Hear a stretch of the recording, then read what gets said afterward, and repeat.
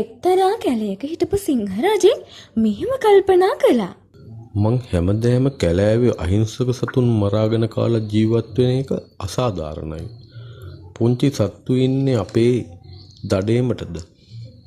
ඒ අයටත් අයිතියක් තියෙනවා නිදහසේ ඉන්න. මේ වැඩේ වැරදි. මම අද නුඹලට එන්න කිව්වේ විශේෂ පණිවිඩයක් දනුම් දෙන්න. මීට පස්සේ මං මස් මාංශ අනුභවයෙන් වැළකෙනවා. මං සතුන් දඩයම් කරන්නේ නැහැ. මං සතුන් මරන්නේ නැහැ මීට පස්සේ. මම මස් මාංශ අනුභව කරන්නේ නැහැ. මම පළතුරු කාලා ජීවත් වෙනවා. දැන් නුඹලාට නිදහසේ මේ වනයේ සැරිසරලා ජීවත් වෙන්න පුළුවන්. මේ මොකද්ද මේ කාමයේ කියන්නේ? මේකට පිස්සුද? මේක කොහොමද මස් නොකා ජීවත් වෙන්නේ? මේක දඩයම් කලේ නැත්තම් බඩගින්න එන්නේ මටනේ. අනේ මේ මොකද්ද මේ? බලමුකෝ මේකට නම් මොකක් හරි කරන්නම් වෙනවා. ඔව් බලමුකෝ ඉස්සරහට මොකද වෙන්නේ කියලා.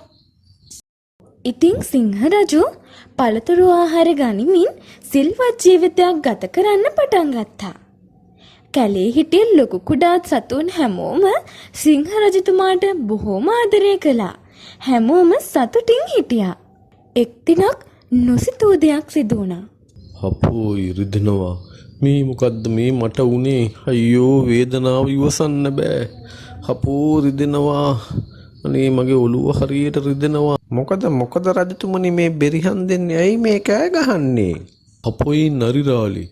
මගේ ඔළුව රිදෙනවා. මට පුදුම වේදනාවක් දැනෙන්නේ. මට මේ වේදනාව ඉවසන්න බෑ. රජතුමනි ඔබතුමා මස් කෑම අත්හැරිය නිසායි මේ ලෙඩ වී තියෙන්නේ. සතෙක් මරාගෙන මස් ටිකක් කෑවනම් සියල්ල සුවයි. අනේ මට ඒක නම් කරන්න බෑ. මං සත්තු මරන්නේ මං මස් කන්නේ. මට ඒක කරන්න නම් බෑ.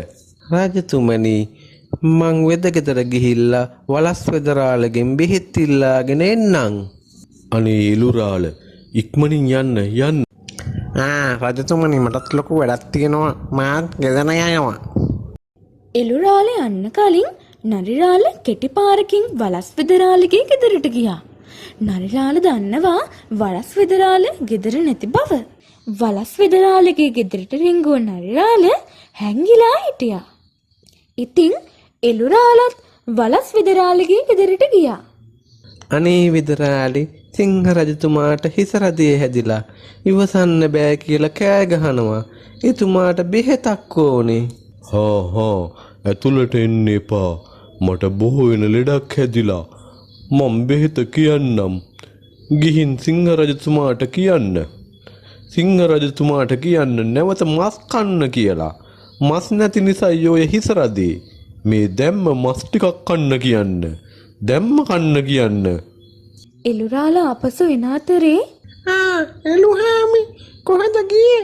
සිංහ රජතුමාට හිස රදේ හැදිලා ඉවසන්න බෑ කියලා කෑ ගහනවා.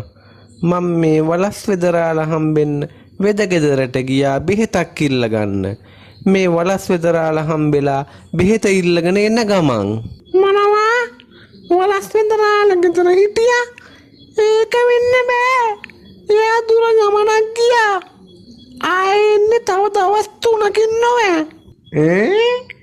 කවුද එහෙනම් මට මේ බෙහෙත් කිව්වේ? නරිරාල නම් වලස් වෙදරාලගේ ගෙවල් පැත්තේ ඉඳලා කලබලෙන් දුවනවා මන් දැක්කා. දැන් මට තේරෙනවා මොකද වෙලා තියෙන්නේ කියලා. හොඳයි මම බලා ගන්නම්කෝ. මේ අතර නරිරාල ඉක්මනින් සිංහරජතුමා ළඟට නැවත ආවා. නරිරාල බොහෝම සතුටින් එළුමස් කන්න බලාගෙන ඉන්නවා. එළුරාල එනවා.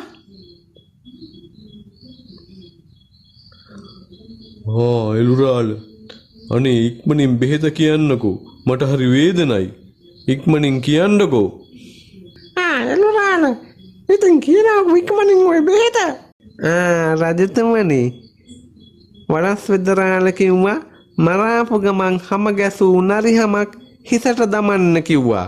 ඒ දැම්මෝ විගස ඔබතුමාගේ හිස රදේ හොඳ වෙන බව කිව්වා.